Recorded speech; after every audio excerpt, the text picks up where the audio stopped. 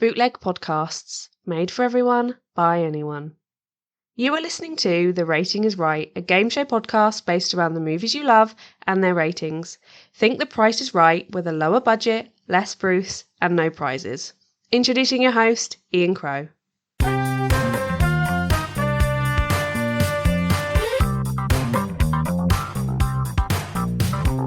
It's the rating. It's the rating. Rating. It's the rating. It's the rating.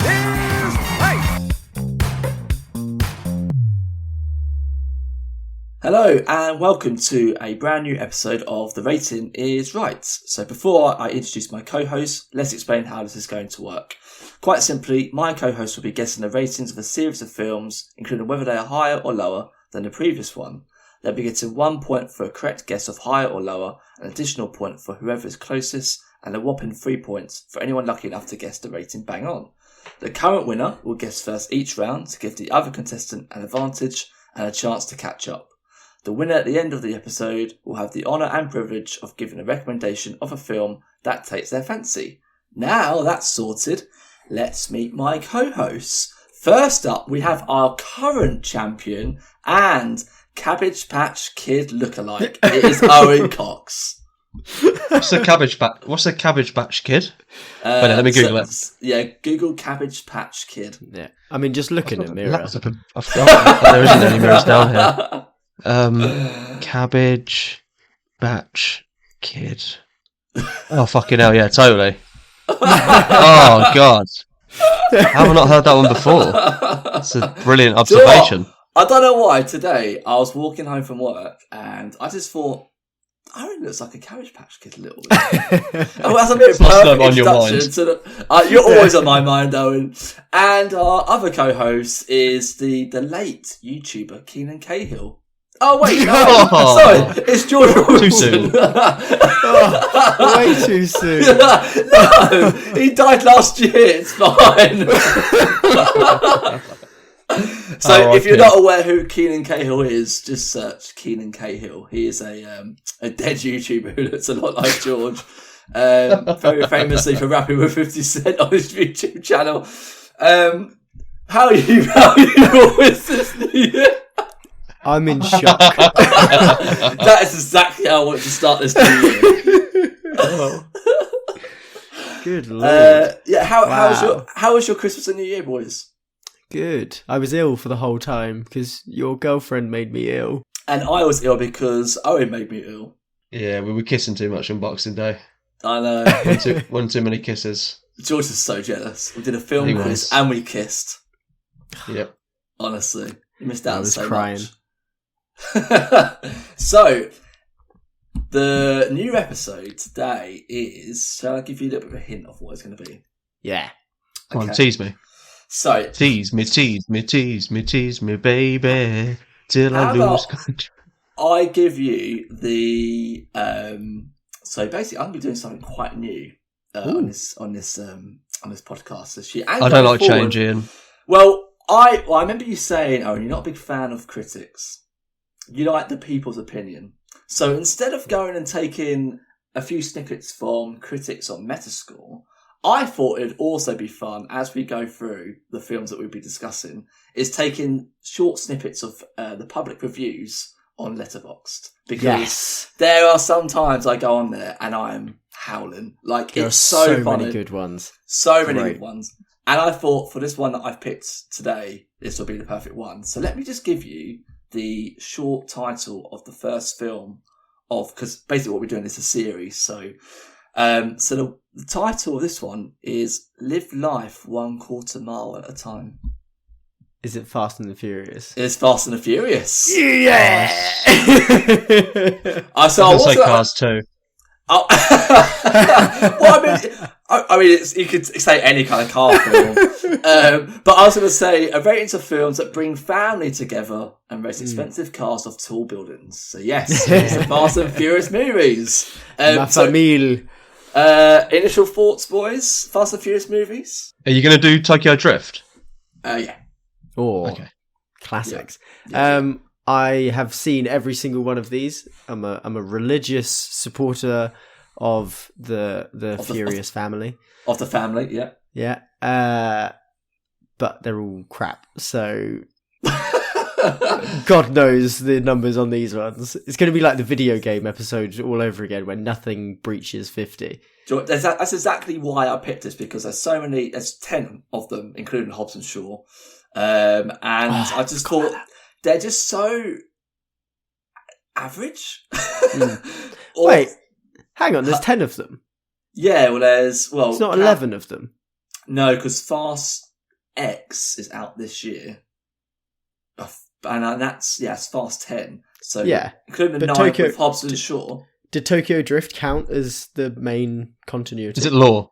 Yeah, it's the third one. Oh, shit. Yeah, but technically I think Tokyo Drift it jumps in time. And then when it goes to the fourth, that goes behind, right? Yeah. Yeah. So it does does count. in one and then he leaves to go to Tokyo. Yeah. Yeah. See? I even know the character names. I got this on There we go. And Owen, you've been fairly quiet about this so far. Have you watched the Fast and Furious series or not? I've only ever seen Tokyo Drift. Okay, so still a bit interesting one. Great song. That is a great song, to be fair. Are you joking? You've only seen Tokyo Drift? I think I've seen the first one with Paul... I was going to say Paul Weller. Paul Walker. I mean, he's in most of them until he died. Up to what? So- Up to Fast and Furious 7? Didn't he die Fast and Furious? He didn't die in Fast and Furious. He died in a car crash. During Wasn't he film. doing like... Wasn't he doing... Oh, was it during filming? I don't think it was... I thought it was out of filming. No, because Wasn't he doing like 180 mile an hour? I swear he's in the start of the film, and then he's not in the end of the film. And then they reshot a bunch of stuff with his brother as a stand-in and just changed his face. And then for the final scene is when he drives off. They did. When I yeah. see you again. Yeah, when Is I it that first one? saw that, made me cry. Oh, I actually I had to ring up Amy and be like, I'm so sad, because she was away on holiday. I will just back up Owen here. I've actually only seen 3 of them, so... was Wiz Khalifa in that one? No, he just sings a song. I've only watched... It's ludicrous. Sure. Ludicrous. Fast and Furious 8 and Tokyo Drift. So I've watched them all dotted about, so I haven't really... I need to watch them in order. But I thought it'd be a really fun one to do. So shall we get started? Yeah. Can I ask a question before we do? You may. Is there continuity? Before you ask it, it's not percentage. Well, I won't be locking that in then.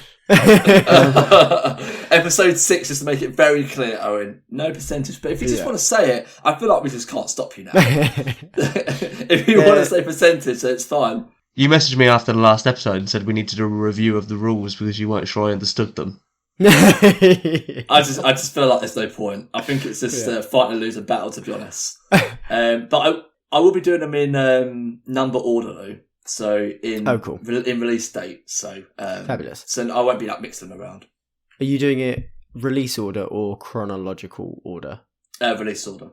Okay, cool. Okay, so to recap, this is our 6th episode. So Owen is currently in the lead with 3 wins.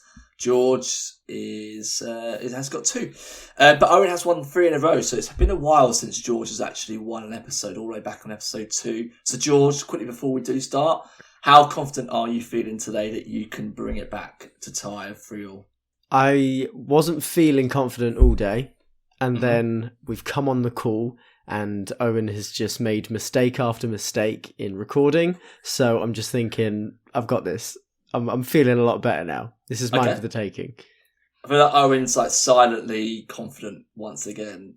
I'm luring him into a false sense of security, is what I'm doing here. I mean, you could make it 4-2 going into the next episode, which would be quite the lead.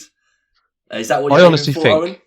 Well, I think if I win this round, if I win this episode, George isn't going to come back. I think that will be it. It was hard enough to get him on for this one. He's been in hiding for weeks. I'd say we've been messaging for about 2 weeks. Me and Owen's been talking to each other, and George will pop up every now and then like a meme, answer the bloody message, George. Definitely hiding, but it's a new year, George. Look, look, anything can happen. Exactly. New start, fresh start. Here we go. New Reset start. the score counter. Episode 1. Delete all the old episodes. Let's go. False optimism. All of those people that had gym memberships on the 1st of January, it's the 11th now. They're all at home. They're eating the leftover mince pies 100%. January depression Right. is full and truly in the swing of things now. So let's get started. So Owen, as you are the current champion of the podcast, you will be Thank you, Ian. first. So with the first one, obviously we don't know what the score of the previous one is. We haven't had a previous film so far. So what I want you to do first of all is just to guess the number of the rating of the first film, which is The Fast and Furious, which is the first Fast and Furious movie in the franchise. So Owen, what do you think the score is on Metascore for The Fast and Furious? I don't know if George is feeling it too, but we're staring each other out on the camera. I don't know if that's just in my head. It's getting hot in here. Yeah. I've been glaring at him for the last 30 seconds. He didn't look away once. I'm not breaking eye contact with this bitch. You need a haircut as well. I do need a haircut, that is true. It's looking quite throwy. He's just trying to wear It you is. down, George. He's just stalling. He's stalling for time. He is stalling, but he's also trying to make you feel bad about yourself as well. He's like he's lowering your self-esteem. He's getting in my head. I'm whittling him down. He looks like Sideshow Bob at the minute. Or he looks like a hybrid David Luiz, like Hertfordshire's like version of David Luiz. Is Some that a serious footballer? like Yeah, curls. yeah. Yeah. He's a footballer who looks like Sideshow Bob, basically. Okay, fantastic. You look like a combination of the two. Yeah. The first Fast and Furious, is it called Fast First?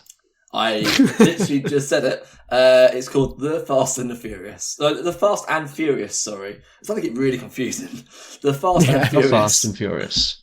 The Fast and Furious, yeah, was the first one in the series. I think I have seen this. I think I had this on DVD. Is it the one with where it's just Vin Diesel and Paul Walker? Like The Rock isn't in this one, is he? No, The Rock doesn't appear until like the fourth one, I believe. So this is based on the public's scores as well, and not the shitty critics. No, don't know what they're on this is still the critics, because it is still based on, Okay. on the Metascore. But when we get to opinions on movies, we'll also look at the public as well. Oh, so it's like a fun little tidbit on the end. Yeah. Okay, I like it. I'm digging the host style. I'll just go straight in. It must have started well because they made 9 more of them. So let's go 72. 72. Okay, he's gone quite high with 72. So he's not messing around. He's gone straight in. George, initial thoughts on Owen's 72? I feel like that's very high, and it's making me. You're doubting yourself, aren't you? Already? I'm not doubting myself. well, Owen's the champion. I think 72 is too high. I think the fact that they made sequels is based purely on money and nothing else. I'm going to go much lower than Owen. I enjoy it, but I think it's a 57. 57. So we've got 72 from Owen and a 57 from George. So George is the closest. He's actually only one out. It's 58. The Fast and Furious. So George takes the early lead and gets the 2 points and goes 2-0 up. So The Fast and Furious is the 2001 film. So mad, it actually came out 12 years ago. So this is the introduction of Dominic Toretto and Paul Walker's character Brian O'Connor. And this is kind of like a bit more of the basic kind of. It's very like underground kind of like racing movie, right, George? It's obviously not quite as extravagant as the later movies. It's more like a undercover cop sort of thing. It's very, very like street level. Yeah, because no massive explosions and shit like that. Paul Walker is a LAPD cop, right, and he has to go undercover on the street side gang about all these kind of like hijackings and kind of to infiltrate the kind of underground racing crew. Is that right? That's kind of like the gist of the film. Yeah, pretty much. I think it's like chop shops and things like that. Right. Yeah, and that's how he gets involved in the familia. So, would you like to hear your first taste of public Letterboxd? Oh god, I love Letterboxd so much. So, if you don't know what Yes, Letterboxd is, Letterboxd is basically like a public social media in a sense for films. So you can log your movies, you can write reviews, make lists, follow friends, and see what they're watching, basically. And the comments section on the films, no matter what the film is, it's just always funny. So one of the first comments is, "This is camp. Also, what have I gotten myself into?" One of the other ones is a multi-ethnic utopia in which the rave for the 1990s never ended and 9/11 didn't happen. Someone put, remember when the coolest stunt in this franchise was little car going the big truck? And then one of my other favourite ones is car goes brewer. I feel like that's probably one of my funnier ones that I could find. But we'll be getting more of those. So, as we said, George now is in the lead, so you get to go first going forward. So back where I belong. So, George, next film on the list is Too Fast, Too Furious. This is when they start getting really clever with their titles.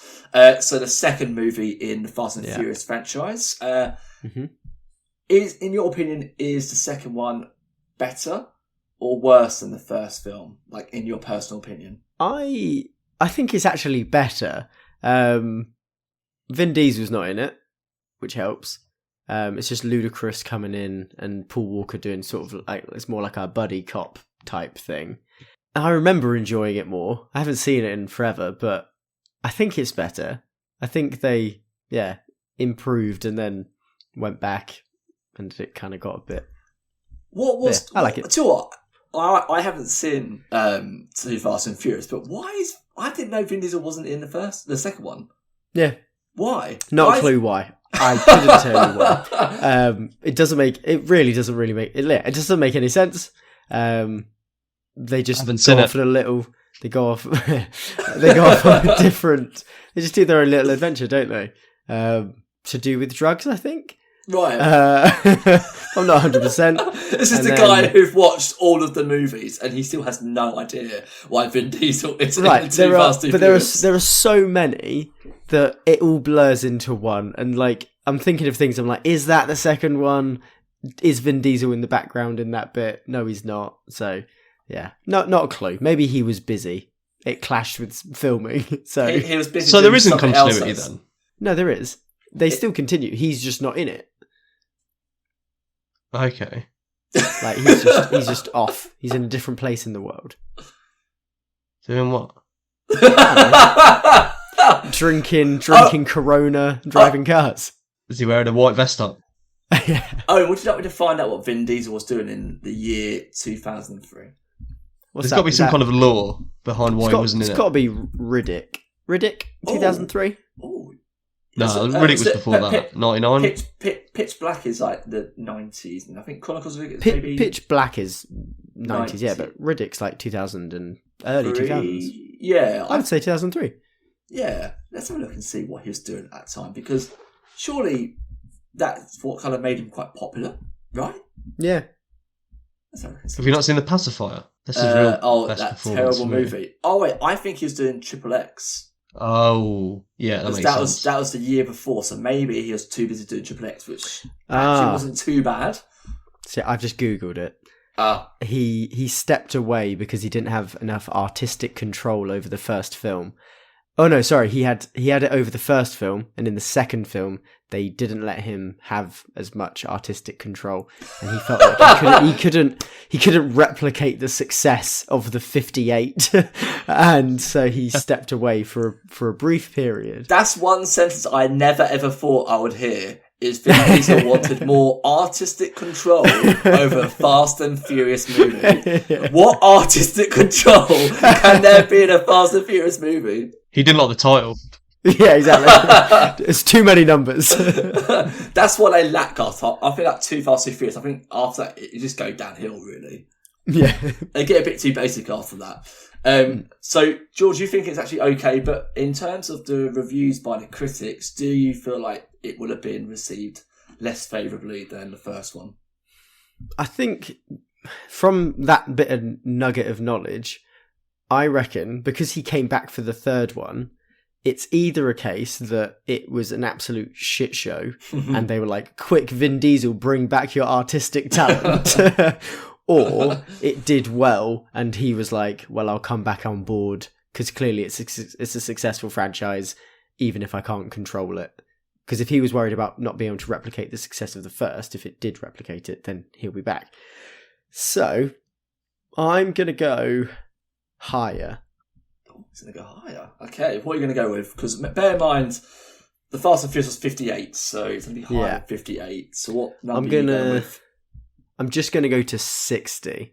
Just a smidge higher. I'm not super confident on it, but the early 2-point lead has got me a bit ballsy. Okay, right, so he's going with 60. Owen, trying to guess the rating of the film he hasn't watched, so I'm with you here. Your thoughts, Owen? Do you think it's lower or higher than 58? Not the pleasantries. I think it is 59. Dickhead.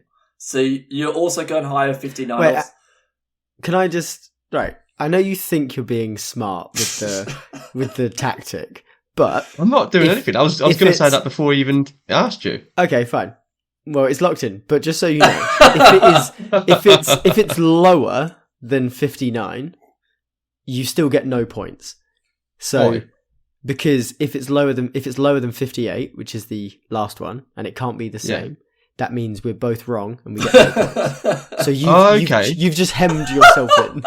Well, I've changed my mind now. Can I can't say change- No, 57? you can't change your mind. Look, This what? I changed my mind. This is episode 6. How many times do we have to go with the bloody rules? 57. I've changed my mind. No, you're not changing your mind. You're 60-second rule. 60-second rule. It's been like 5 minutes.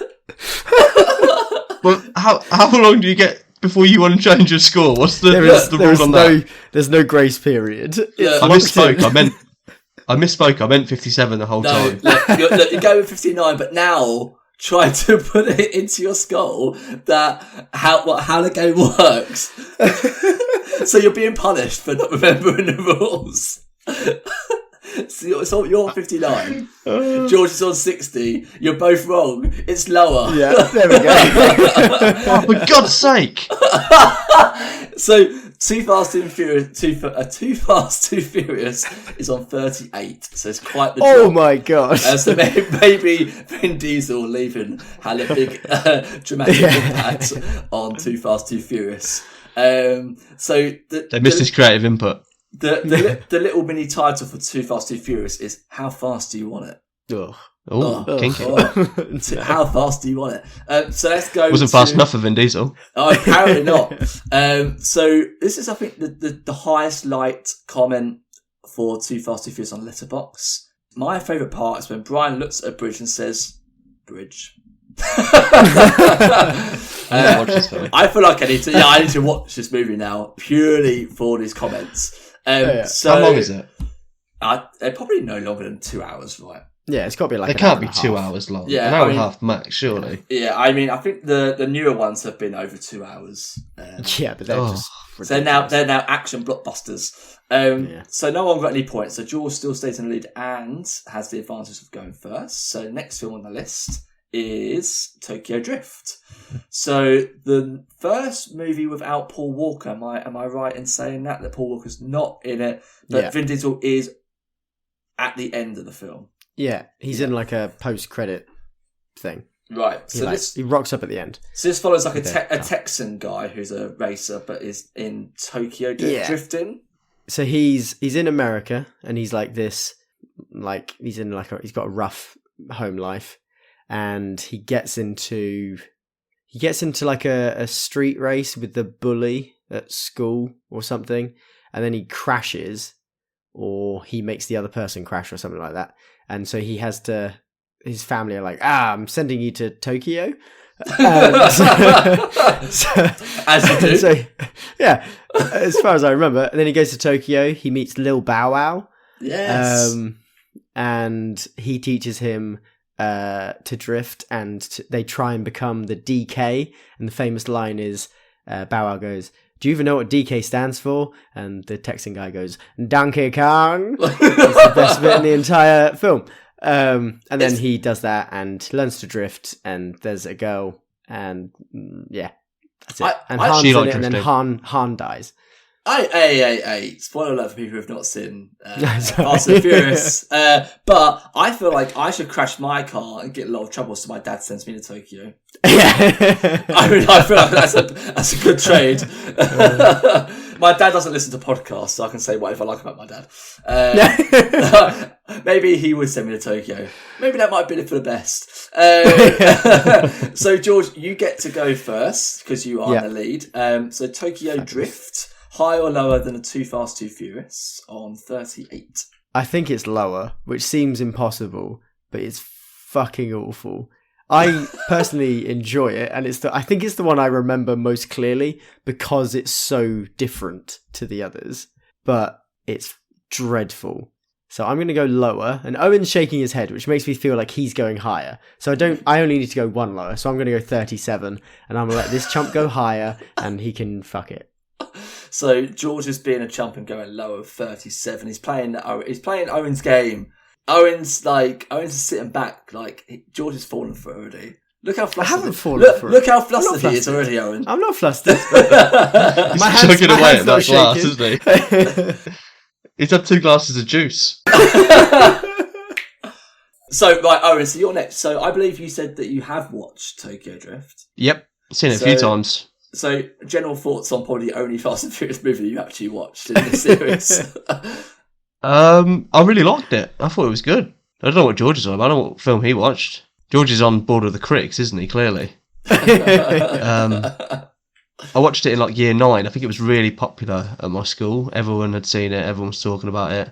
Or as you'd say, Ian, everyone had seen it. I'm not the only one to say that, you know. I think I had Tokyo Drift as my ringtone on my Sony Ericsson as well, actually. So what was your score, George? 37? 37. I went lower. Go higher. And the last one was 38? Yeah. Oh, let's live dangerously. Or should I speak more on this film, because I have actually seen it. I like how dumb the protagonist is. He looks like he just bangs rocks together in his spare time. And nothing's going on in his eyes. Did you feel like you could really align with that character? Yeah, really relatable. I always find like a character that is like me. Finally. So Owen, you're going higher. Do you have a number that you'd like to give me?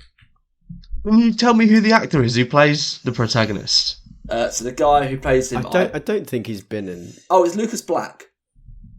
Is he Texan? Never heard of him. I'm pretty sure he is Texan. Otherwise, that's a really good Texan accent. I think it's awful. Really? There's bits where it's just like it just sounds so. He's just hamming up, isn't it? Oh wait, okay. Yeah, so he is hamming up. He was born in Alabama, so deep south. There you go. Not so, Texas though. Not Texan, but not really far off. Really, let's be honest. He is in the most recent Fast and Furious film. Yes. He's in Fast 9. So, did he popped up there for some? He's a cameo or an actual character? As an actual character, he's a rocket scientist now. What? Yeah, exactly. What the fuck? Yeah. Can he drift rocket science? Oh my god! What? How are there so many of these movies? I don't understand. Of all the people you can make a rocket scientist, him. You might as well, I'd rather bring back the Fast and Furious universe. Bring back Bow Wow. Do you know how that happens? That's when you give Vin Diesel creative control. And they make He's outgrown the franchise. They make billions of dollars. It's crazy. How? Have they been to space yet? They went in Fast 9. That's why there's a rocket scientist to send them to space. Wow. And it had to be the guy from Tokyo Drift. I've heard the surface of the moon is very good to drift on. I'm sending you to space. You're actually selling it to me, George. I kind of want to see it now. Yeah, sure. Do you have to watch the previous 8 to get the story, or is it just Fast Car Go Brr?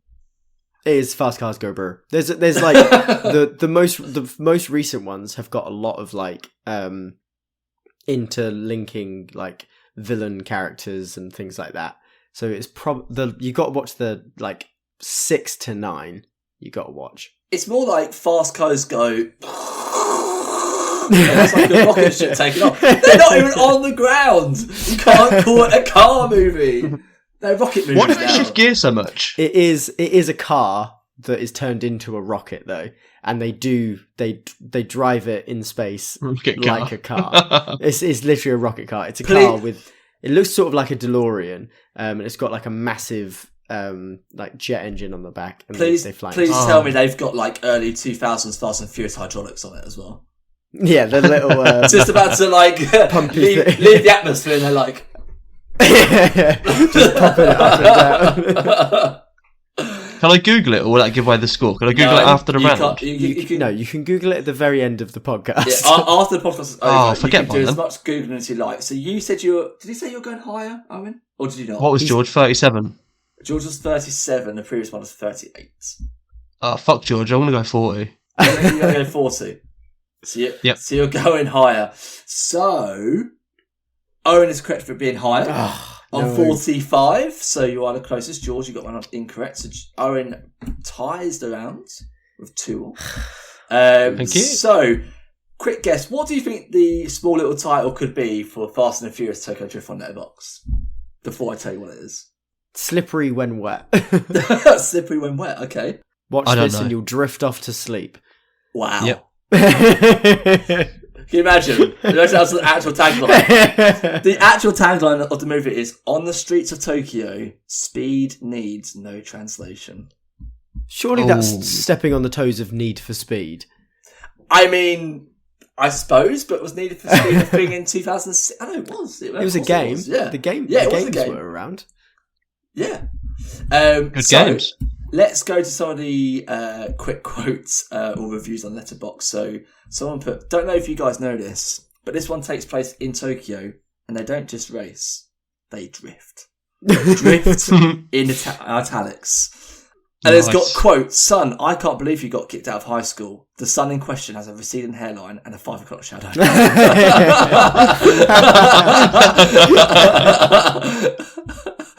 Last one is, not a cell phone in sight, just people Tokyo drifting. That's a complete bullshit. There's loads of them like texting each other and stuff because it's on like really shitty phones, and Bow Wow's got a good one and stuff. That Letterboxd user needs to get banned. Well, there you go. Have you seen this film? Oh, I loved it when I was younger. I do. It's the only when you hate it now? I don't hate it now. I just think it's shit, which it is. You resent it. I ate a KFC in the cinema while I was watching this at a Cineworld. You ate a Is that KFC legal? in the cinema? Yeah, we snuck it into the cinema and then we just ate me and my mates just ate like loads of chicken. That's so rude and inconsiderate of fellow watchers of the film. I think that's me now, Ian. I feel like I've grown a lot as a cinema goer. I wouldn't dare take any hot food into the cinema. Right, so we're going to move on to the next one. Bear in mind, you're both drawing now, but Owen got the last one right, so he will be going first. So the next one on the list is Fast and Furious. So just to confuse you, it's called Fast and Furious, the 4th movie in the series. So, Owen, last one was 45, so Fast and Furious. High or low on Tokyo Drift on 45? Oh, like this one sounds good. It almost sounds like it's basically kind of a reboot in a sense, because Paul Walker's back, Michelle Rodriguez is back, Paul Walker's back. You just said Paul Walker twice. Oh, sorry, Paul Walker, Vin Diesel, He's back twice. Michelle Rodriguez. Look, he's just that good in the film that he's back twice. He's twice as good. Yeah, he's twice as good in the movie as anyone else. And Gal Gadot is in this. Is this the Mexican cartel one where they have to get across the border? So it says that Dom Toretto reignites his feud with Agent Brian O'Connor as they are forced to confront a shared enemy. But it doesn't say who the person is, but going by the names of some of the actors who sound quite Latino, Laz Alonso, John Ortiz, Tego Calderon, that sounds fairly cartelish. So maybe you're right. I think there's a lot of Latino people in all of the Fast films, so I don't think that's a good benchmark to go on. Yeah, I'm fairly certain this is that one. I can't Google it, but if you want to Google the plot for us, Ian, to refresh my brain, I would appreciate it. Right, so Fast and Furious. Well, it's called Fast and Furious 4, so let's go with that. So let's have a look. I think it is the Mexican border one, because they drive through like a secret tunnel. Yeah, they're trying to take down the heroin importer Arturo Braga. That's all it says. Sure. So maybe. I mean, George, you're the Fast and Furious expert here. We have absolutely no idea. You could be like, yeah, this one. they went to Libya. We were like, oh, wow. Wow, Libya. Crazy. Gotta watch that. So, Owen, again, you haven't watched this one. But do you think that the slight kind of soft... I guess this is like a soft reboot. So do you feel like the kind of soft reboot was kind of received kind of better with the critics than Fast and Furious Tokyo Drift? Surely it had to be, otherwise how the fuck did they make another 6 of them after? Again, like George said, it makes no sense. Money. Well, I watched a short documentary on YouTube about a theme park ride that was based around the Fast and Furious, and it was meant to be like an interactive experience where you got in a car and it drove you between like certain sequences from one of the films, and it like completely like flopped on impact. Like nobody was interested in any of it. So that's a nice little bit of trivia. So look that up outside of the podcast. Were you just not talking about Vin Diesel's return to the franchise? Yeah, pretty much. I think it was a metaphor. Right, yeah, got you. Yeah. What can you say about a film you haven't seen? You know. Right. So we're drawing 2-2. Yeah. Chips Last are down. one, Tokyo Drift 45. 45. I feel really tense.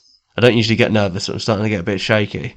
I'm going to say this was fucking awful. I'm going to say this is quite possibly the worst one in the series. I'm going to say this is 32%. No, just 32, sorry. Back to the percent again. Sorry. Right, so you're going lower 32. with 32. Now we go to the Fast and Furious expert, George Robinson. I mean, I'm desperately racking my brain for which film this is. Because is Han in this one? Yes, he is. Yeah, he is. Right. He is. Yeah. I think this is the one. It might not be the one where they go over the border, because the one where they go over the border, I think, is the one where Letty dies. But she's not really dead. Don't worry. You said Han was dead in the last one. No, so this one comes after Tokyo Drift. No, this one comes before Tokyo Drift, sorry, in the chronological order of it. Okay. Because, so Han and Giselle, which is Wonder Woman, what's her name? Gal Gadot. Gal Gadot. Yeah. Gal Gadot's character is Giselle. They kind of meet in this one. They fall in love. And I can't remember if this is the one that ends on a plane and she falls off the plane. And then he's like, well, I'm going to go to Tokyo because I'm sad. Because they go to Tokyo together. I can't remember if it's this one or the next one where that happens. Maybe it's this one. But yeah, there's a scene where they get fingerprints from the bad guy because Gal Gadot wears a bikini and gets the guy to touch her ass, and they get the fingerprints from her ass. What's the name of this movie again?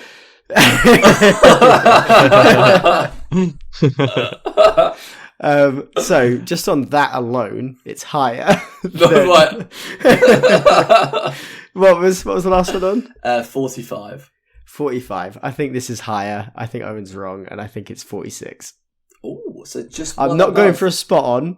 I'm just going for the points. Right. Well, I can tell you that one of you has got a spot on. It's George. Yeah! Fucker. Fuck you! I can't. You said it so casually. I was like, oh my god. So George, Yeah!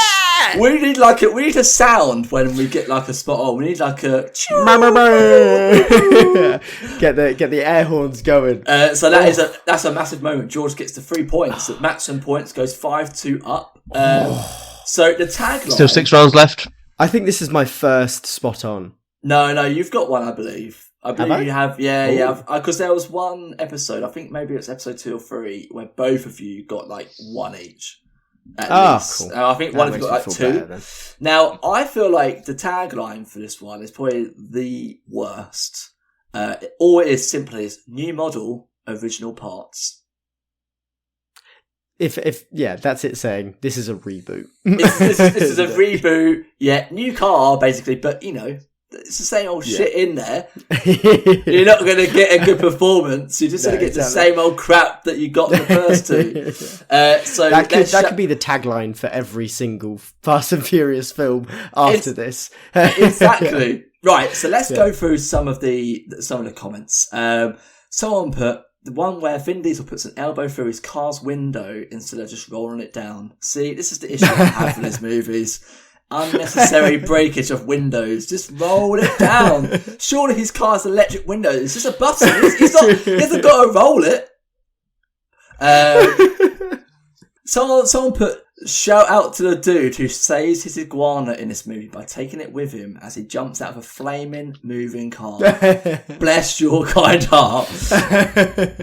And then someone put Superman is cool, but does he have car accident recreation vision? No, he does not. Advantage, Dominic Toretto. Which sounds this is the one ridiculous. where Letty dies. Right. It is the one where Letty dies. Yeah, because he turns up at the scene where she dies and he watches it all. And yeah, but then she's actually not dead because she's brainwashed and she comes back in another one. Right, okay.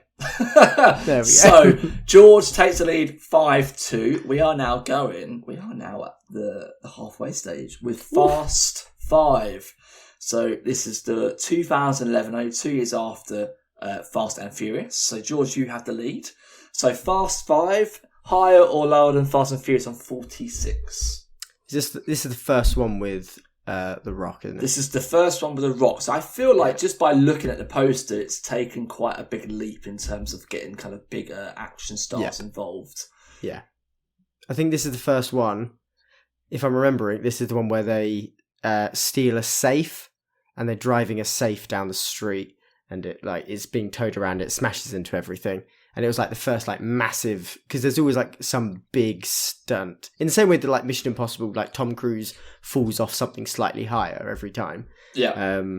There's some big chaos thing that happens. And this was the first one, I think. Right. So it says here that it is, that they basically backed into a corner in Rio de Janeiro. So they're in Brazil. Yeah. They must pull one last job. Bear in mind, one last job. This is Fast Furious 5. We saw a 5. One last job in order to gain their freedom. Yeah, it's always one last job. It's always. They just can't get enough of each other. Vin and Paul. They just love each other. It's family. It's a family. Family always come back together. Yeah. Because I think this one introduces Dom's new love interest now that Letty's gone. And then Letty comes back later, and so they have to kill off this one. Because he can't have two alive love interests. So, Letty, is that Michelle Rodriguez? Yes. Right, okay. I didn't know her character name, so I just assumed she was some random person. Michelle Rodriguez dies. Cool. So, Fast 5, The Rock was in it. Everybody loves The Rock. Everyone loves The Rock.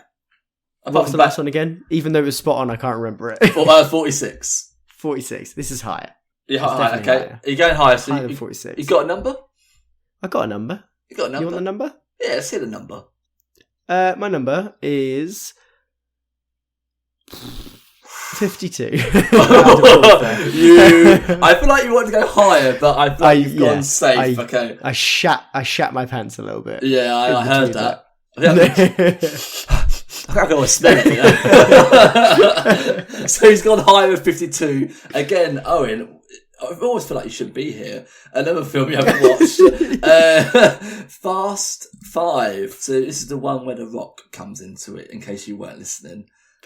So do you feel like the critics would be like, this is way better because The Rock's in it? No, they absolutely would not, because The Rock is fucking awful.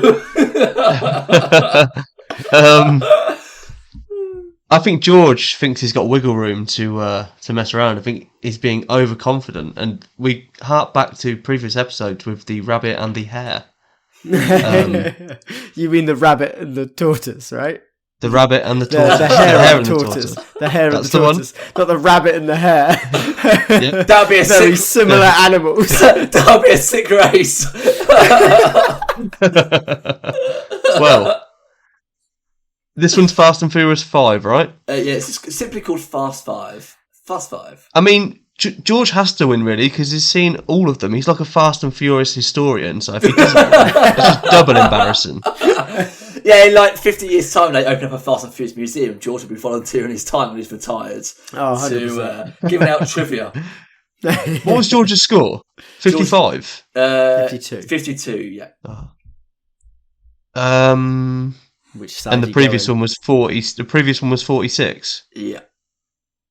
Oh, this film was garbage, 100%. The previous score was 46, yeah? Yeah. Mm-hmm. Lower. This podcast, this whole game mode is just evolving in one over the highest or one over the lowest. And I'm going one under the lowest. So 44? So you're locking him at 40. 45. You mean? 45, yeah. You're locking him at 45. Do you know what? Do you know what, Ian? Yeah. No, 44. just to break the sequence. 44. Okay, well, you just made it worse for yourself, Owen. You are incorrect, George. You are right with it being higher. Yeah. You are not spot on. It's actually a lot higher than what you guessed. It's on Oh. 66. So Jesus. it's the highest rated Fast movie so far on our list. Ooh. So, George, you get the 2 points. Can I still win? Well, George is 7-2 up, so yes, you can still win, but you need to spot on, I think, to really get. Well, I have close to get a spot George. on. And I need to get some things wrong. Yeah. So, but there's still time. Only halfway through. So, I can only tie if I win every round. I mean, yeah, you could, but yeah, you need to pull your finger out. Oh, and your luck is slowly disappearing. What do you want me to do? Watch in between now and the next round, Ian? Yeah, watch them at like five times speed. Just like watch it in between while George is talking. So the tagline for Fast 5, again, very simple. Get the 5th gear. Oh, beautiful. Get the 5th Isn't that like an old car TV show, Fifth Gear? Yes, on It's like Top Gear. channel 5. No, it's not Top Gear. It's called Fifth Gear. Yeah, fifth gear was like Is it? the other. It's like Top knockoff. Gear. It was like the Knock one off that Top Gear. tried to challenge Oh, Top Gear, but never really kind of took off. Fair. So I think a lot of people kind of enjoyed Fast 5. I loved it. Yeah, there you go. So George loved it. Owen hasn't watched it, and George is winning. So let's move on to the next one, which I feel like is probably one of the most simpler of titles we've had so far. Fast and Furious 6. You know, they never end. Straightforward. Kind of simple, isn't it? Simple and straightforward. So George, you're still in the lead, 7-2. You get to go first. So Fast and Furious 6, higher or lower than Fast 5 on 66? Right. Fast and Furious 6. I feel like this is a blind spot for me. I can't remember this one because it's not the one that Paul Walker is dead in. What, for real or in the film? For real. Oh, right. he never dies in the film. He just drives off into the sunset and they just don't talk about him very much. So apparently, this is the one where he meets his deceased girlfriend Letty. Oh yeah, so Letty comes back. Letty comes back. Yep, and I'm fairly certain this is the one where his love interest from the last film dies to make way for Letty, but then he's had a kid with the old one, so I think he's got a baby in this. Vin Diesel has a baby. Vin Diesel has a baby. Oh, yeah. bloody hell. I know this is going to go. Bloody What? get the kids Should've out. They're done going to reboot it in 20 years' time. The kids. Oh. Yeah. The family just got a whole lot younger. Oh! You should be a producer on it, George. I could use you for the law. They need my artistic talent. They've lost their stabilizers. Now they're ready for a big ride. Ooh, Nice. very There you nice. go, That's there better you than go. mine. No, So I'm yours gonna is good. edit. I'm gonna cut that from the. I think this is lower. I can't really remember what happens. Oh shit! No, this is the one with the guy who played Dracula in Luke Dracula Evans. Untold. Luke Evans, this isn't it? This one. Yeah, that one. Luke Evans. He's in it, and it introduces Shaw from Hobbs and Shaw because he is Shaw's brother. And What's Han, even related? because it's all about family. So all Shaw, about family. Shaw Weird. is Jason Statham. Shaw is Jason Statham, yeah. So he's the brother And of who? Luke Evans. Oh, right. Okay. And I thought, Helen Mirren is the their mum. Bloody hell. Yeah. I know. Helen Mad. Mirren is in these films? Yeah. Yeah. What? She's the mum. She plays a Cockney like thief. What the fuck? Yeah. I feel like we're blowing Owen's tiny mind with these Fast and Furious movies. Is Anthony Hopkins in it? He's just so being a granddad or something. Yeah, I mean, not yet. That'll be in Fast 10. But yeah, so Luke Evans is in it. I do remember this. It's kind of more... So from this point, they kind of led down more of like a cyber warfare type thing. And they're always trying to find a different hacker. And eventually like Charlize Theron is the hacker.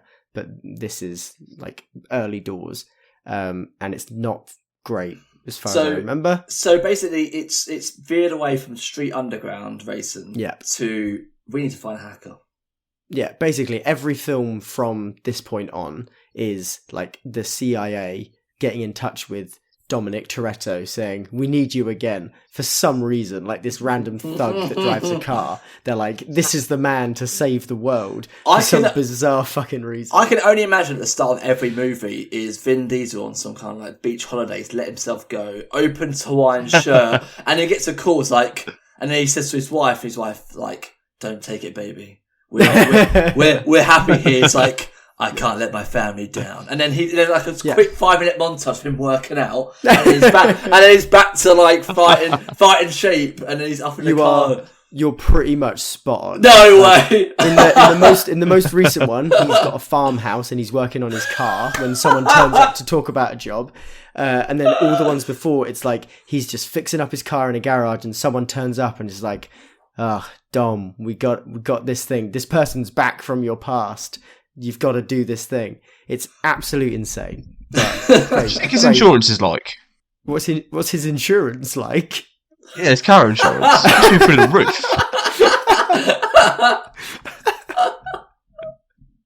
I mean, he saves the world so many times. Like, how many years no claims figures got? He crashes all the time, surely. He's writing off cars like every week. How the fuck is he getting insurance? He's called an Admiral. Fucking hell, no, we cannot give you insurance. Stop calling. If that Dominic Toretto calls, he's on a blacklist. God. Right, where were we? The score. Yeah. Well, this is lower. I can't remember what the last one was. What was it on 60? 66. 66, cool. So 66. I'm saying this one is lower. Yeah. I don't think it's like massively lower, because I think these ones are pretty much all the same, apart from the last one, which I think is worse. And so I'm going to say that this is like 50... I'm going to go 54. Which side of 55? I'm going to go 54. Also, Owen's looking at his phone. Judge. Oh no, I was replying to a text message about family. It's very on topic. Very on topic. Get that on airplane mode, son. Yeah. Do not disturb. Yeah. Right. That's so my you've got 54. 54. So he's gone lower. Owen, higher or lower? Higher than what? 54. higher or lower than 66? Yeah, of course. You're so lower close. than 66. You're so close to the microphone. Your name is Owen Cox. You are on the podcast. The rating is right. It's Wednesday, the 11th of January, 2023. Sorry, I just... even the films are so boring. Just even George just talking about it is boring. Just because you're not winning, all right? 52. Why not? 52. So you've both gone lower. You've gone 52. George has gone for 54. You're both right with it being lower. But George is closest. It says on 61. So only a little bit still quite high. That's still quite high. Yeah, only 5 less than Fast 5. So George, you get the 2 points. Can't catch me. So it's Hold on a minute. So Inglourious Basterds was 69 on Metacritic, and Fast and Furious 5 was 66. Yeah. Yeah. They're having a fucking laugh over it, mate. This is why, Owen, I've introduced the letterboxed reviews. So, before we go This into is that, fast becoming my favourite part, to be honest, Ian. that's great. I'm loving that you're enjoying this. So, Fast and Furious 6, the tagline is "All roads lead to this." So, I feel like that's kind of a tagline of like, this is the last fucking movie we're making. We are not going to make any more. Clearly, But that's the same as the last one. Yeah. One last job, and now One it's last- all roads lead to this. Yeah, exactly. So let's get into Owen's favourite part. So top liked one was 822 likes. Fast and Furious 6 has the greatest dialogue ever. He's in Spain. That's in another country. You can tell who the fuck wrote this movie. Maybe this may only relate to George because he's watched the movie. How long was that fucking runway? Oh yeah, this is the one where she falls off the plane because the plane is going on forever and ever and ever and ever and ever. Let's find someone else because I feel like these haven't been as good. Actually, do you want to skip it because they're all shit? Clearly, they can't. The film's that bad that people can't even think of really funny quotes for it. So before we go to the next one, quick recap: George is on 9, Owen on 4. So George What a is in spanking! quite Absolute spanking! a meaty lead. So he gets to go first again. So this is Meaty Furious- lead. This is Furious 7. So this is the one directed by James Wan, who directed The Conjuring, Insidious, Saw. Yeah. Crazy then went on to do a Fast and Furious movie for some reason. So George, is this, because I feel like this is the first one to break $1 billion at the worldwide box office. So this was a humongous film. Was it purely because it was a good film, or mainly because Paul Walker died? That sounds horrible, but that was a big reason why a lot of people went to go watch it. Lots of people went to see how they kind of sent him off, because it was a big question: is like, are they going to kill him off? Is he just going to just disappear? Like that sort of thing. And it was an emotional farewell. You get through to the end of it. Did you cry? I did cry. Yeah, I did cry. I watched it I read The Fault in Their Stars, the book, and then I watched this film, and there's a lot of sadness going on in both of those things. And so I rang up Amy, and she was on holiday, and it was like 2 a.m, and I was like, just a reminder, this film came out about 8 years ago, so George was still in his 20s. He read The Fault in Their Stars, and then cried at Furious 7. Yeah, wow. I think that kind of sums up where George may have been slightly in his life about 8 years ago. Was this a point in your life where you were eating pot noodles for dinner? Yeah, I mean it was my 3rd year of uni, so not far off. Having a mental breakdown, not doing his work, but yeah, I'm going to read The Fault in Their Stars and cry at Furious 7. Absolutely. Yeah. Exactly. It was the first year I went vegan, so I'm sure there's some correlation between that. So the only thing I had a moment. Yeah. The only thing I know about this movie is that this was in the last year that I worked at the cinema, and I remember it being mental. Ian Cinema Stories. Unfortunately, I don't have a cinema story for this one, but during that time when it was out, I was actually in New York for the first time, and I remember walking around Times Square, and it was just littered with Furious 7 posters, like everywhere. So obviously they were like really selling it like big time, like, and I was like, I feel like I need to watch this movie because it's everywhere. I still haven't watched it 8 years later. So, but I do know that there are some massive set pieces in this, like some ridiculously like over the top set pieces. One where when they drive a supercar from one skyscraper to another through the window in like Saudi Arabia or Abu Dhabi or something like that? In Dubai. I think it's in Dubai. Yeah, they drive a supercar from one and go into another, crash into a party. What are they achieving from that? I think they stole something. I think they got something off a laptop or something. And they were driving. I can't remember. I mean, it was Cargo's broom. If someone stole my laptop and they drove a supercar from the building I was in to another across the road, I'd just simply take the lift and go and in front of them on the ground floor. Yeah. They're like, oh, we got away. It's like, you literally can't go anywhere. You're still in the same fucking place, just in a different building. I can't actually remember how they get from that building out. I can't remember if they keep driving to smaller and smaller buildings or whether they just went out and drove away. I feel like it makes sense if it's like some kind of car showroom in the building. Yeah. And then they like drive the car off and out into another building. Or did they drive the car from a showroom into a party? That might be a showroom. I don't know. Maybe I'm just applying logic to somewhere where there is clearly no fucking logic happening. I feel like this is like a fly on the wall in the writer's room for Furious 7. It's like, how are we going to get one supercar from one skyscraper to another?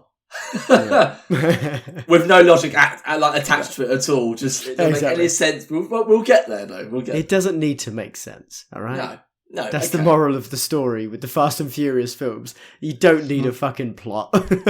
So I feel like you're at the point where I think you could probably put Owen out of his misery here. So the rating for the movie. So bear in mind, last one was 61. So Furious 7, is that higher or lower, George? Part of me is thinking they are kind of going down and down and down. But maybe critics would be a bit sympathetic because Paul Walker died. Jason Statham's the big bad of this one. Before he turns good. I believe so anyway, unless I've got that completely fucking wrong. So I'm going to say they have been sympathetic. I'm going to say this is higher, and I'm going to go to 60. I'm going to say they were very sympathetic, so they gave it 3 more points, and I'll say 64. 64. Okay. Back to the ghost that is Owen Cox in this episode. What's your score for Furious 7? Furious 7 sounds like a belter. To be fair, the way George described it sounds good fun. So this is the one with the Forever runway. I think I've seen memes about this. No, Forever Runway is the last one. Yeah, we referenced that one. Yeah, you know. The Oh, one, yeah, of course. This is the one after that one. I think Owen's allergies So what happens in this having one? an effect on his like. This is the one where I don't know if you're listening, but they drive a car from one skyscraper to another. Yeah, when you were describing that, I was thinking, would it not be more practical to just like not use the car? That's what I said. I was like, just take the lift down. I like how Owen is just switched up. When it's not his turn, he's literally just glazed over. He's like, I'm not going to win this. No point. He's listening. He's like, it's the football podcast, right, that I'm on? No, I was worried that my microphone was picking up your voices coming through my headset. So I spent the entire part of George's score trying to figure out if his voice was picking up through my microphone through the headphones. So instead of listening to George, I was looking at the volume levels on my computer. So, Fast and Furious 7. Yeah. I think it's lower than the last one. Surely they can't keep going in like the similar trajectory of like the 60s. Surely they dip at some point. Who's reviewing this shit? It's just me. Are they just giving it pity scores or what? Yeah, the first one's George Robinson and it's Jorge Robinson. And then it's Joe Robinson. And then it's just Mr. Robinson. It's a lot of Robinsons here. Are they just doing it because The Rock kicks off with anyone who gives him a bad review? Is everyone just terrified to give The Rock's films a bad review because he outs you on Twitter? Yeah, because he'll basically then kidnap you and force you his cheat meal. Who's here you go, 1,000 pancakes with a whole ton of peanut butter coming your way. Here comes the aeroplane, or shall I say fast car, that will get good reviews. These because these are the ones with The Rock in that there's like a thing in their contract that neither him or Vin Diesel could lose a fight. And like whenever they fight each other, they either have to both take a punch at like the same time, or they have to get up straight away, and someone has to like intervene, so there's no real loser to the fight. Which is how do you intervene between The Rock and Vin Diesel? Oh well, I mean, you put me in the middle, clearly. So. They're like, whoa, do not mess with this guy. I think that's honestly so petty. That's such a petty thing to be like, well, I'm so hard that you can't beat me in a pretend fight in a movie. But that's the Rock all over. He's so like fragile. Like I said with the critics' reviews, like he outs reviewers who give him a bad review or review his films poorly on Twitter. He calls them out and ats them. It's such bizarre behaviour. As Owen would say, grow up. Yeah, grow up. What's his name? Dwayne Johnson. Dwayne DJ. If you're listening, Dwayne, grow up. Owen challenged you to a duel. You can't beat him though. It's in the contract. Maybe this is how we get a bunch of listeners. We just like bombard all like celebrities. Twitter. Yeah, just keep calling out, just tag him in, being like, "Oh my god, you'll never guess what Owen Cox said about The Rock." And I'm bolder than you. Yeah, Owen can grow a fucking beard, man. Yeah, Dwayne, where's your beard? You can't even take a punch in a film, you loser. Oh god, imagine if he actually heard that. I'd have to move house. I'd have to go into hiding, wouldn't I? The Rock's coming for you. I'm going to give this 50. I'm going to say it dramatically dips in this one. Because how many times can you recycle the same shit and get away with it? Well, Can you quite a few get away times. with this? I'm saying 50. You go with 50. George, you went higher with. Did you say 74? 64? I said 64. 64. So George is correct for being higher. It's on 67, so just slightly below. So George. What the fuck? I told you, it's pity. Paul Walker died, so they gave it pity points. Right, once this episode finishes, I'm going on to Metacritic and I'm going to write my own responses. Can you comment on reviews? Not on Metacritic though. You'd have to go. Oh, so they've got an echo chamber. No, Typical critics. Yeah, I tell you what, it's because you have to go to their publications and it gathers it. So find their personal email and then you can send them a personalised email. But that is. Do you know what? Mm-hmm. I think I will. I'm actually genuinely offended because I feel like I've been robbed in this episode. This is your pure blame. That's why you've lost this, because you blame the critics for rating it just slightly above average. Yeah. It has nothing to do with the fact that you haven't seen these films. It's all the critics' fault. So it's actually the highest rated Fast and Furious movie so far. So it's one above, which was the last highest, which was Fast 5. So technically this is the best, or the most well-received one. So another short tagline for Furious 7. Vengeance hits home. I don't really see what that means. It's because Jason Statham's character is getting revenge because they killed his brother in the last one. Come on, Ian. Keep track of the plot. Sure, I just don't know. Because it's Shakespeare, I just never known so smart like this. I just can't. I just can't keep up with this. Right, so let's go for this one here. So it's not that they jump a car from one building to another. It's that they jump a car from one building to another and then to a second building. And right. And when they make the first jump, they cut to a super wide shot so you can see the third building in the distance and think to yourself, holy shit, they're going to jump the other one too. That's cinema magic right there. It's foreshadowing, baby. What about gravity? What about gravity? It doesn't count.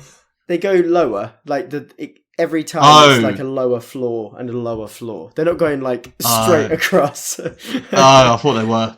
I mean, they could have done that, and it would be just as preposterous. I feel like this is another review by George. It's got, I fucking cried, bro. I fucking cried. Fuck what? So, and then someone put, shut up, I'm not crying, you are. And then someone also put, if you told me 5 years ago that a Wiz Khalifa song would make me cry, ... See? Sad. Wiz Khalifa and Charlie Puth, I think. Sad song. Yeah. And then last one, just to make a bit more balance, It's got, this has the best ending in the history of cinema, and it's not even close. That was definitely George. Typing He wrote it that through as he was tears. crying. Exactly. Yeah. Owen is so done with this episode. I can tell. He's so looking forward to the end of this. So Can we just get a recap on the scores, please, Ian? Yes. Well, as we go into the third from last movie, George is on 11 points and Owen is on 4. So George is simulating blowjobs. So remarkably, I think Owen can still win if he gets. You'll have to get them all bang on. You've got to get them bang on, and George to get them wrong. Right, we can do this. Good luck, mate. It's possible, but We can do this. It can be done. So next one on the list, George, you get to go first again because you are still leading, is The Fate of the Furious, or simply put, Fast and Furious 8. So is that higher or lower than Furious 7 on 67? Right. This is one I've actually watched. This is the one I've actually watched. And there is one bit that was so ridiculous, but I won't bring it up until a little bit later. So why have you seen this one but not the others? Why doesn't make any sense? I don't know, because Did you I just think randomly watch it. At the time, I think me and my mate were just really bored, and it was like the only thing that's actually really on. And I thought this might be a bit of fun. I'll just watch it. I'll probably have no idea what the fuck's going on. But I was just like going, what the fuck? What the fuck? Throughout the whole bloody movie. I was like, Isn't that the point though? Yeah, no, but at some point I was like, this is just not possible. What are they achieving from this? That's the point. Right, no, okay. Prices. I'm not going to hold back, right? I'm going to go straight in with my thought of this one particular scene. So, towards the end of the movie, Charlize Theron is the villain in this, I believe. Is that right, George? Yeah. And she's hacker from the previous one when I was listening. No, so she's in this one and then the next one. She's the villain for 2. So okay, but she is a hacker. You're right. At the end, right, she is chasing Dominic Toretto. He's in a car on ice, and she's in a submarine. Yeah. Right, and then she goes to blow him up with a nuclear weapon or some kind of bazooka. He hides behind a car door. And survives. Yeah. I've seen this on YouTube. I've seen this. He hid behind a car door and there's not a scratch on him. You should have hid in a fridge, like Indiana Jones. Yeah, that's also fucking ridiculous. I like how you're like, she goes to shoot him with a nuclear weapon and then changes it to bazooka, as if they're two very similar things. Well, I mean, at first I thought it was a nuclear weapon. I was like, well, surely you couldn't get away with surviving. And then changed it to bazooka. Yeah. But I feel like if there was a nuclear weapon that hit Vin Diesel, he'd maybe just turn more attractive. Maybe he wouldn't be fucking ugly. He wouldn't such a potato man. Yeah. Maybe he'd become like maybe his car was bazooka proof. Yeah. Maybe. You're just not asking the right questions. I'm not. I'm clear. Maybe he's got a rule in his contract that he can't be killed with a bazooka. Yeah, the Rock can't beat me, and a bazooka cannot kill me. Right, so George, you are first.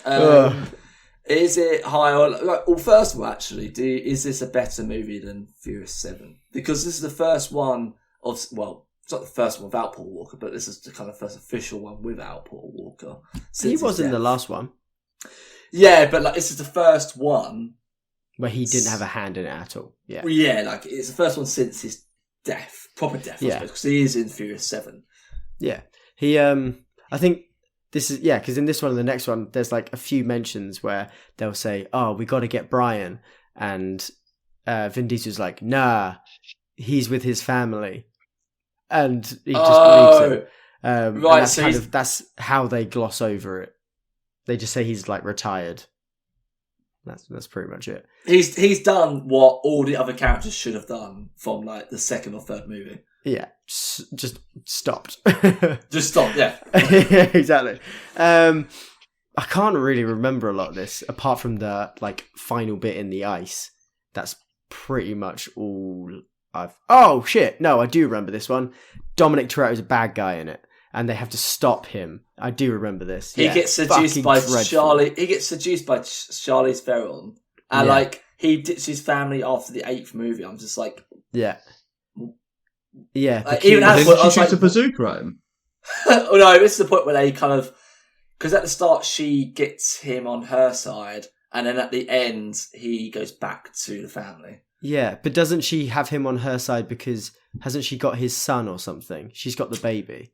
How can cars be so dramatic? Because I think Jason Statham is maybe also in this one, and he goes on the plane and gets the baby, and I think that's how he redeems himself from being a bad guy previously.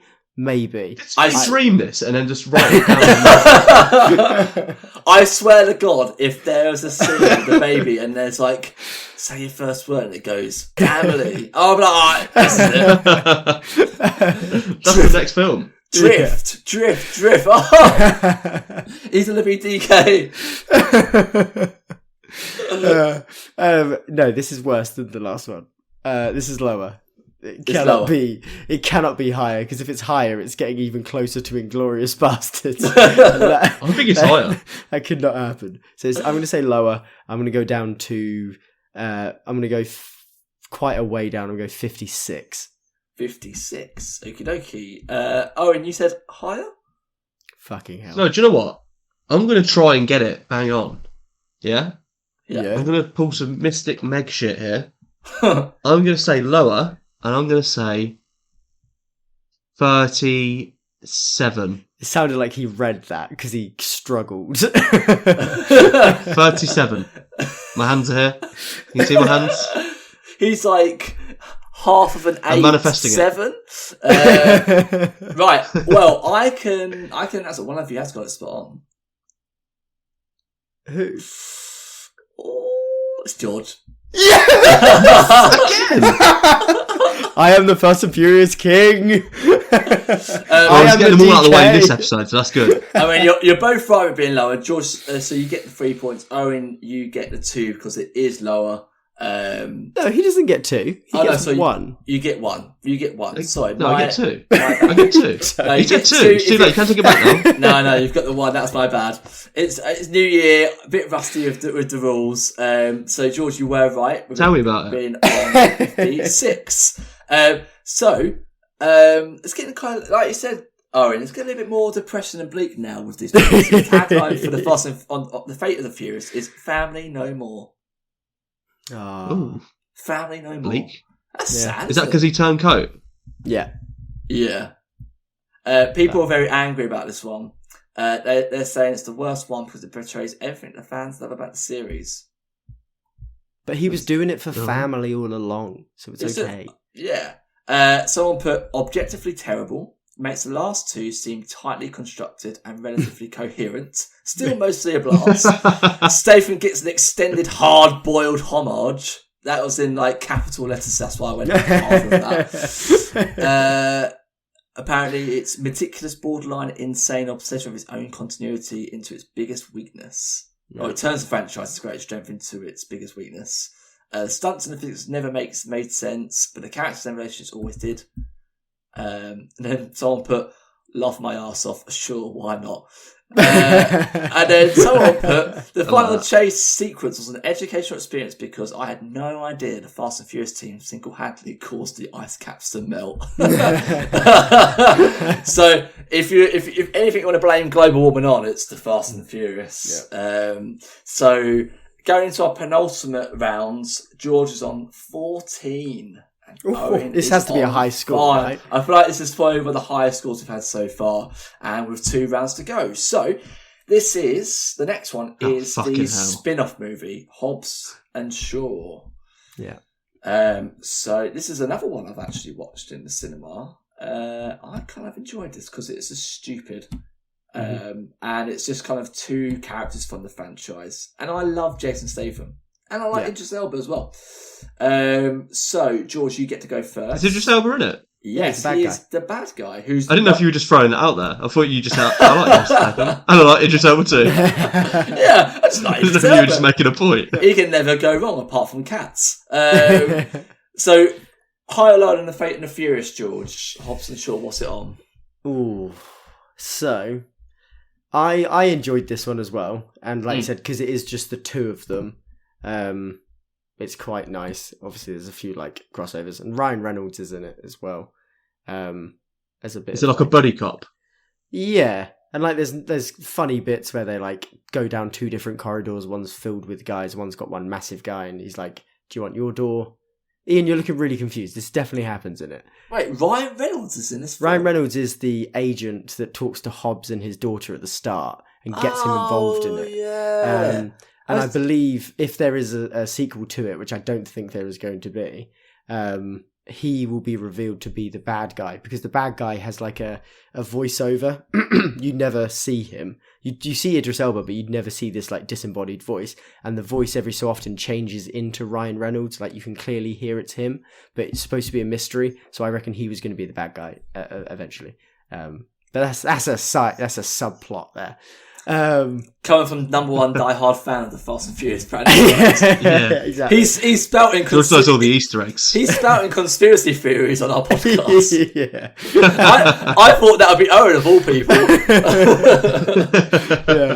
Yeah. I'm so lost with the plot of these films. I'm just checking out as soon as it gets about halfway through. So this one, Owen, Idris Elba Yeah. has been injected with like a nanobot super soldier serum. Okay. And he is referred to as the Black Superman in this. He has a motorbike that can drive on the side of buses. I think because of magnets, maybe. It's all about magnets, right? In this, Yeah. Why specifically buses? Is he like the bus villain? He does it. I think he does it in London. I think he drives off a bus to get away from someone, and he's like super strong. And he's got like targeting stuff in his eyes. And so at the end of it, they have to basically hit him at the same time because he can't track both of them at the same time, Hobbs and Shaw. And they're fighting in the rain. And it's, is it in Samoa? Just go from, they do some just go from racing cars to supervillains. Exactly. This one has no racing in it, really. There's one bit where they're driving like a convoy, trying to chain a helicopter to bring it back down. They have to keep chaining more and more cars. And then The Rock is doing the classic, like, holding a chain and a car together, like copying the Captain America Civil War. Winter Soldier thing. Winter Soldier, yeah. Yeah. I mean, the title of the film is The Fast and Furious Presents Hobbs and Shaw. So it's kind of like not necessarily kind of going down the same trope of like the cars. It's like two characters from the universe doing their thing. But the whole idea of Hobbs and Shaw, which is Vin Diesel and Jason Statham, is that they hate each other. No, you mean The Rock. The Rock and Jason Statham, not Vin Diesel. Oh, sorry, The Rock and Jason Statham. They hate each other, but they have to work together to take down Idris Elba for like... Sounds sick. Great, yeah. It's pretty good. The Rock does this whole like hacker thing, in like Samoa, and like take him down. It's like, and then Jason Statham's like the only white guy just standing in the background, like what's going on? Yeah, but it's all bollocks because in that whole like fight scene, the whole thing is that these people are turning up with a bunch of guns, and him and The Rock and his like Samoan family and stuff, they have a chop shop. But they've just got like wrenches and stuff and like traditional Samoan war stuff. And these people turn up with guns, and then they're just like, "Oh, we've managed to turn off all the guns. Don't worry." Mm-hmm. And it's just like, well, that's just nonsense. Like it was all nonsense anyway, but now it's even more nonsense. At first, I thought he said they've got a chip chop shop. Yeah, they got a chip chop shop. And I just found out Idris Elba's biggest weakness is potatoes. It's definitely allergic. It's like, this is cooked in vegetable oil, right? No. He's a vegan, just disappears. Yeah. Anyway. The score. Yes, the score. But, last one was 56, right? Yeah. So Hobbs and Shaw, cool. Higher or lower? I think... It might. I think George is getting such a high off of this. I am. God, I didn't realize how much into these films I was until I started talking about it. I think personally, I think it's better. I think critics maybe saw it as worse. But I'm going to go with me, and I'm going to trust my instincts, and I'm going to go higher than 56, and I'm going to go to 59. 59, okay. Right, so given all that then, Owen, do you feel like that sounds better of a premise than The Fate of the Furious? I want to talk more about the way George is scoring. I feel like he's just purposefully dragging out his scores to like stick the boot in. Like, George could say any score he wants and he still won, but he's still like putting so much thought into it. I want to get the highest score. I'm going to remember. Next time round, I'm going to remember. This is going to fuel my vengeance. These moments here. Hobbs and Shaw. I remember this being like really not anticipated, but it was like a big moment at the time when it came out. It was like, it had a lot of press, had a lot of marketing. Yeah. I remember the marketing being quite rampant for it, and I just had no interest whatsoever. I'm giving this shit 40. I reckon this was like a proper weak link in the chain. This was like the one that's like bringing down the house of cards. This is a 40. It's got 40 all over it. It stinks of 40. Right, okie dokie. So, Hobbs and Shaw's actually on 60, so George was 1 away from being spot on. So George gets the 2 points and goes on to 6. I feel like this episode's a wind-up. These scores aren't real. You're making them up. No! You're making them up. George has got 2 spot-ons. That's 6 points alone. Out of his 16, 6 of those are 2 spot-ons. Like... so George is on 16, Owen on 5. Weirdly enough, this one doesn't actually have a tagline on Letterboxd. So because it's not about the family. No, we just had to skip over that part. Are we supposed to believe that Jason Statham is like on like level with The Rock for like physicality? Is that the whole premise? So The Rock is like a brawler, like a bruiser. Like he's like a tank, whereas Jason Statham's like faster and more nimble and is kind of like better with all the technical shit. Oh, okay. So like they like their strengths and weaknesses match up beautifully. I just looked at it side by side. The Rock looks like a bodybuilder, and the Jason Statham looks like someone's dad who goes to the gym once a week. So we're going to go into the last round. Quick recap. George on 16, Owen on 5. So the last one is the most recent Fast and Furious movie, which came out last year. It's just simply called F9. F9. Or, as you want to call it, Fast and Furious 9. So, George, you get to go first for the last time. Higher or lower than Hobbs and Shaw on 60? It is 100% lower. I didn't watch this until recently on your... You're not a true fan. On your Now TV subscription, Ian. I can see your review on Letterboxd. You gave it 2 stars. Yeah, awful. It's shocking. Like the acting in it is dreadful, even though like the acting in everything is normally pretty dreadful, but there's like little nuggets of good things. But this one is just absolute shit. None of it really makes sense. There's supposed to be things that's like, oh, it's a twist, but it's not a twist. It's absolute bollocks. And again, it doesn't make sense that these are the people that kind of come together to save the world, and the Tokyo Drift guy is a rocket scientist. It doesn't make any sense. This one actually sounds quite good. Yeah, but it's absolute shite. There's like one touching moment where Ludacris and is it Tyrese Gibson? They're in space together and they think that they're not gonna be able to get back down to Earth, and they think they're gonna die, and they think they've like fucked up. And there's like one touching moment, and then that's it, and the rest of it is just shit. But then the very last shot of the movie is Brian, so Paul Walker, turns up again to have a barbecue because he's married to Dom Toretto's sister, and she's involved through the plot in this one. But Brian has to stay home and look after the kids. And then at the end he like turns up and you see like the back of his head, and that's it. Oh, also Dom has named his son Brian. That's another thing that happened a couple of films ago. So clearly, obviously, Vin Diesel has some kind of like mixed race kid, and the kid's called Brian. It's the most white name you could ever give to some kind of mixed race child. Is this to you what The Last Jedi is to me? Are you like off board now? Fast and Furious 10, no interest. You're gonna boycott it. I will watch Fast 10. Of course I will. I will just watch it when it's free. He's deeply invested in this. He's watched 10 movies counting Hobbs and Shaw. He has to watch 10. You've got to see it out to the end. I'm a completionist. What can I say? Exactly. I'm a Fast and Furious purist. So with that then, George, with your last guess of this podcast episode, what are you going to give for F9? How dare I say Fast and Furious 9? Has James Bay done a Fast and Furious film? No.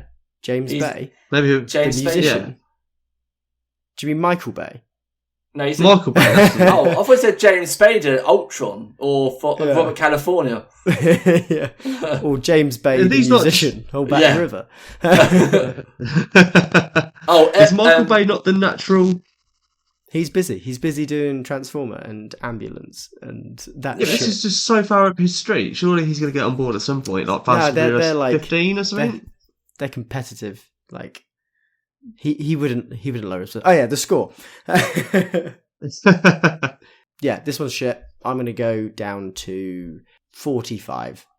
Ooh, I'm going to plummet. 5, so you're going to put it on the same scale as Tokyo Drift. Okay. Yeah. Owen, let's get this over and done with, mate. What's your score? Just put the gun in your mouth and pull the trigger. Take me out back and just fucking finish this. Oh god, what a fucking slog! I think I lost in like round 4. I think I checked out in round 3. You haven't actually been in the lead once during this episode. I know, and it's so hard to try and win a quiz-based podcast based around films you haven't seen. Well, Watch more films then. I feel like this is George's gimme. This episode. This is the gimme episode.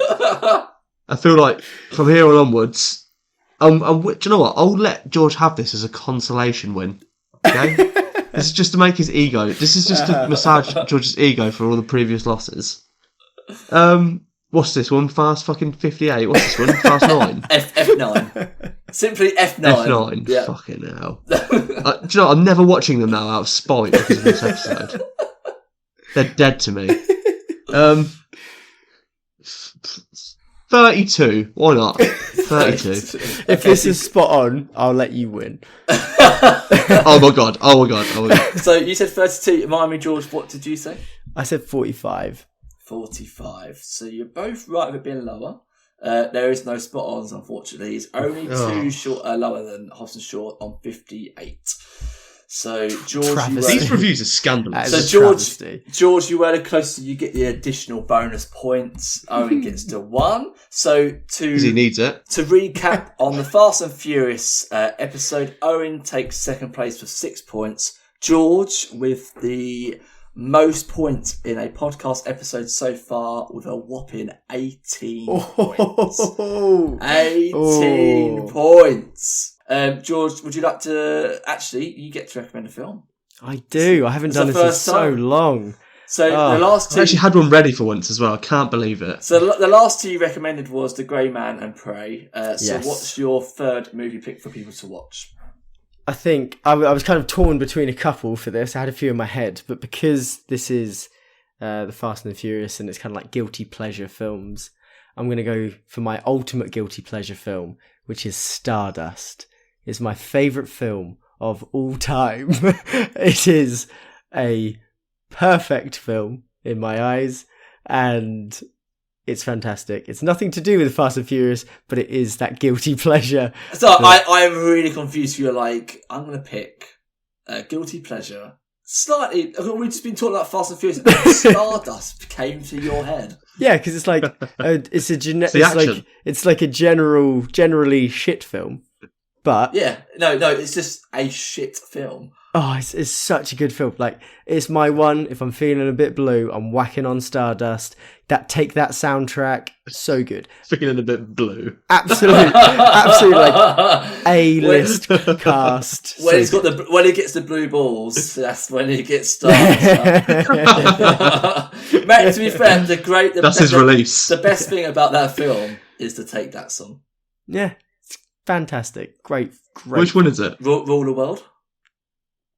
Yeah. You and me, we can Exactly. That one. Yeah, exactly. If you stay Yeah, not with bad, that me, is, girl. Yeah, there you go. absolute So, I like Patience. I So- There you go. George, Everyone go watch Stardust. I would say thank you for your recommendation. That's probably the worst recommendation. Even worse than Yeah, the time I that had a Owen much recommended better a TV show on a podcast. So we'll leave it there. So George takes the win this time and brings the scores level on 3-3, going into our next episode. I want to thank you both for taking part and having fun in the podcast. And thank you all for listening I as didn't well. have fun. And I didn't have fun, but George had fun. So I half had the people, so much fun. 50% of the contestants had fun. So thank you all for listening, and we hope to hear from you soon. See you later. Bye. Bye. God, that was brutal. It's the rating. It's the rating. Rating. It's the rating. It's the rating.